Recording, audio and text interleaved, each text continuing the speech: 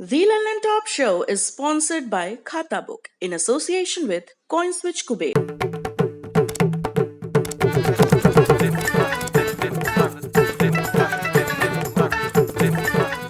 झंझट से मुक्ति, खाता बुक से दोस्ती। खाता बुक, बिजनेस हुआ इजी।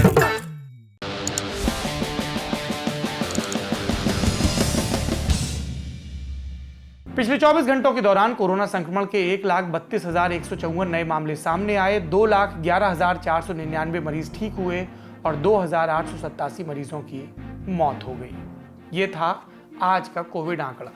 सरकारी आंकड़ों के मुताबिक महामारी से सबसे ज्यादा प्रभावित रहे महाराष्ट्र ने आज लॉकडाउन हटाने को लेकर भी अपनी नीति जारी की।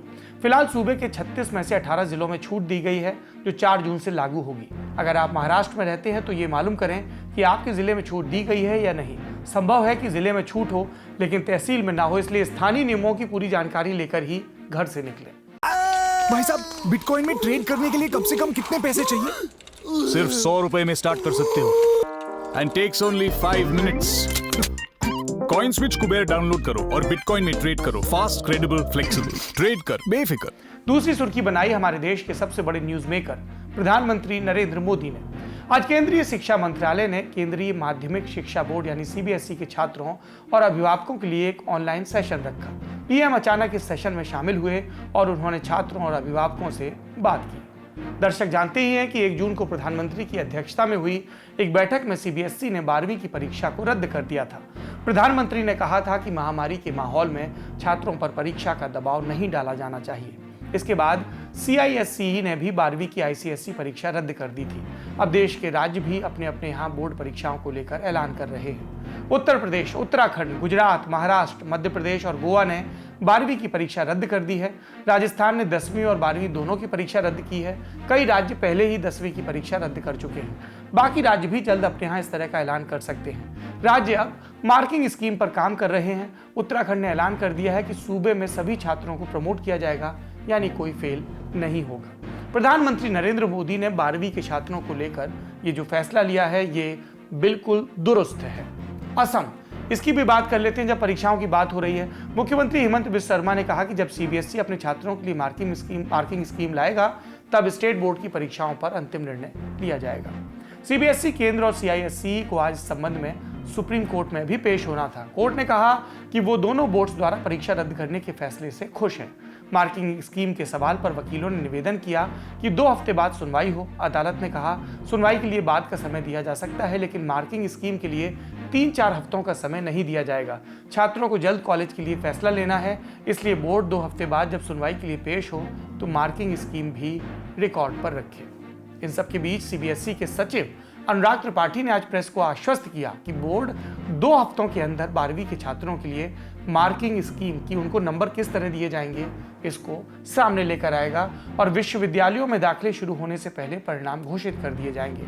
जो छात्र अपने रिजल्ट से खुश नहीं होंगे वो कोविड महामारी के बाद रीटेस्ट भी दे पाएंगे। खबर यह भी है कि सरकार जल्द ही नीट और जेईई की परीक्षाओं के बाकी चरणों पर भी फैसला लेगी।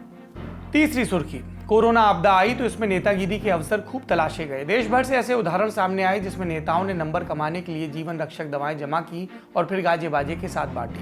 ऐसे 2 चर्चित उदाहरण थे अप्रैल के दूसरे हफ्ते में गुजरात भाजपा अध्यक्ष सीआर पाटिल का, जिन्होंने सूरत में रेमडेसिविर बांटी, और भाजपा सांसद गौतम गंभीर, जिन्होंने दिल्ली में फेविपिराविर दवा बांटी।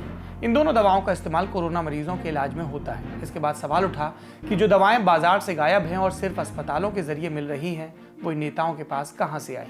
गौतम गंभीर का मामला दिल्ली हाई कोर्ट पहुंचा, जहां पिछले हफ्ते ड्रग कंट्रोल डिपार्टमेंट ने अपनी इंक्वायरी रिपोर्ट पेश की। इसमें गंभीर को क्लीन चिट दी गई थी।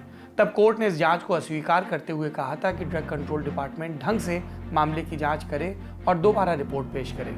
उसे ये बताना होगा कि गौतम गंभीर की संस्था ने कोविड की दवा थोक में खरीदी कहां से।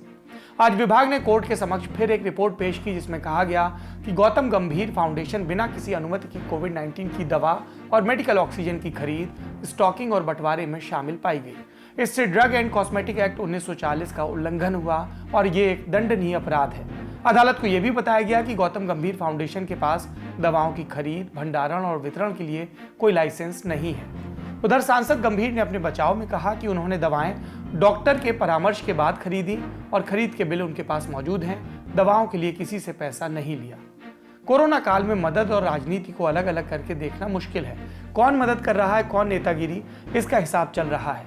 ये गौतम गंभीर के लिए मुश्किलें बढ़ाने वाली बात है।